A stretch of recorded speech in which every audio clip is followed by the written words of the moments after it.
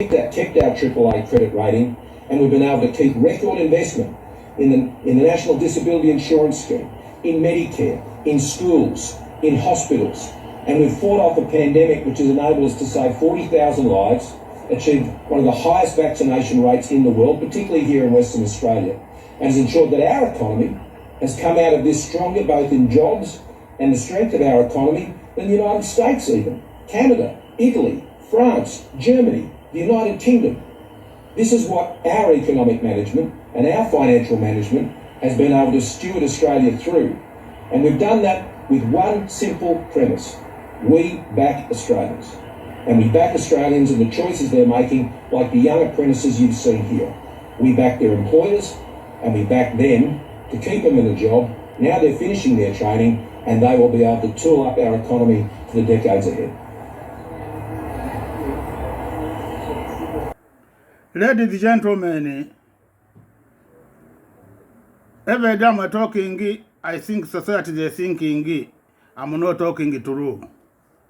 Now I'm talking, Prime Minister Scott Morrison, every he talking, I'm not trust him. I'm not believe him, how he talking, not how he promised society. I might say I believe Prime Minister a day he'd take action. He finished to protect his society. They can never stop. They don't have the discipline. During the pandemic, Labor would have spent an extra $81 billion. You remember when JobKeeper was coming to an end. They said you can't stop JobKeeper. You must extend it. Otherwise there'll be hundreds of thousands of people who lose their jobs. Well, they were wrong. Hundreds of thousands of people went into jobs and were able to turn JobKeeper off when it should have been turned off because the Australian economy needed people back at work. And so we have the discipline to know when you need to spend and when you need to stop. Labor have never demonstrated that discipline in government. Well, we have got a cost of living package which works right across the Australian community, and the Treasurer will be outlining that on Tuesday night.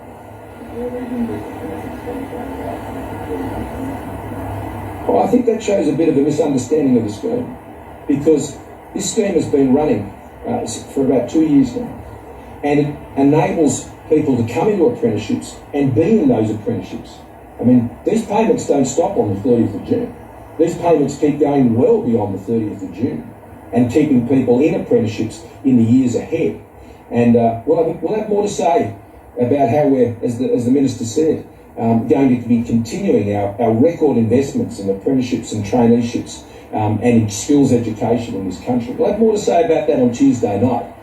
Today what we're saying is the very successful program that we've been running, and we're going to extend it, and the $7.6 billion supporting more than 500,000 Australians to be in trades, to be in training, to be skilled, that's going to continue. No government has been able to get more apprentices in trade training at any one time than this government has for as long as economic records have been kept.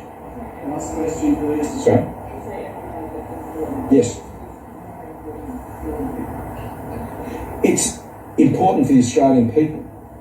Budgets are not about governments. They're not about me. They're not about Josh Frydenberg. They're not about Anthony Albanese or anyone else that sits in the parliamentary chamber. The budgets that I've been involved in, and this will be my 8th. I did 3 budgets as a Treasurer, and this will be my 4th as a Prime Minister. For Josh Frydenberg as Treasurer, this is 4th as a Treasurer. Those who would seek to hold this office after the next election from the Labor Party, they've never done a budget. Never done a budget.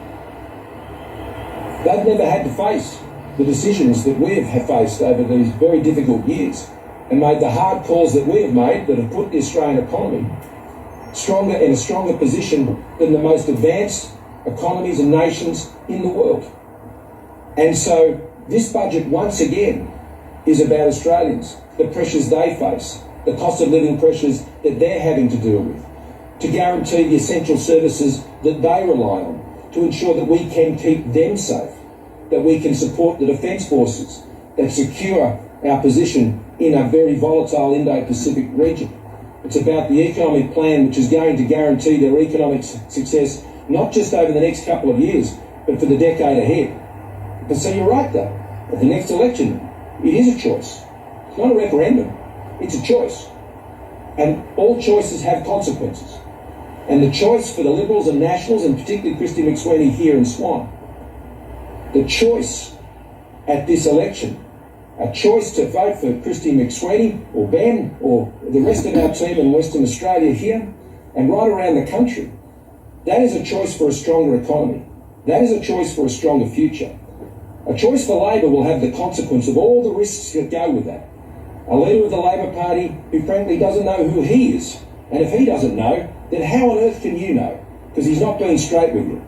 And, you know, with me, what you see is what you get. People either like it or they don't like it. But they're never unclear about where I stand, particularly when it comes to issues of the economy and national security. Anyway, we'll be standing up again, I will anyway, in a few hours' time, to make a very important announcement here about health services here in Western Australia.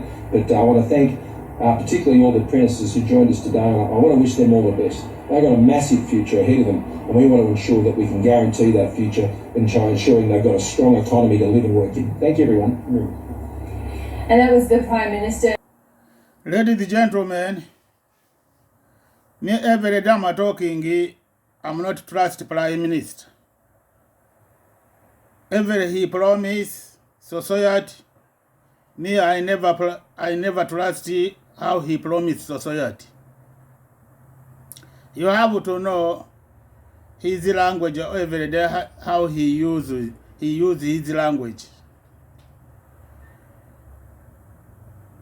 And how he thinking to protect society. Every he going in stage to talking, you can hear he talking to protect society violence. They have.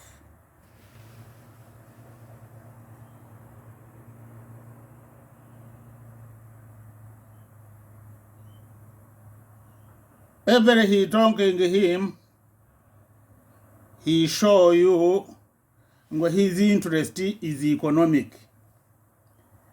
He then not show you we have another interest to protect society.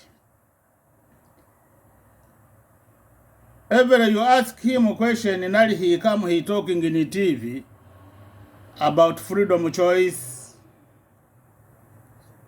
about all the problem we have Australia. Him when he promise you this time, don't believe it. He talking true. You have to know he use language propaganda. A day he'll be interested to protect society everything.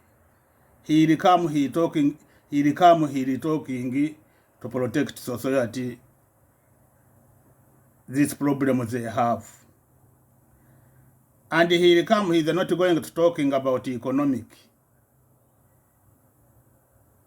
He'll come direct, he talking with you, your problem to protect your problem.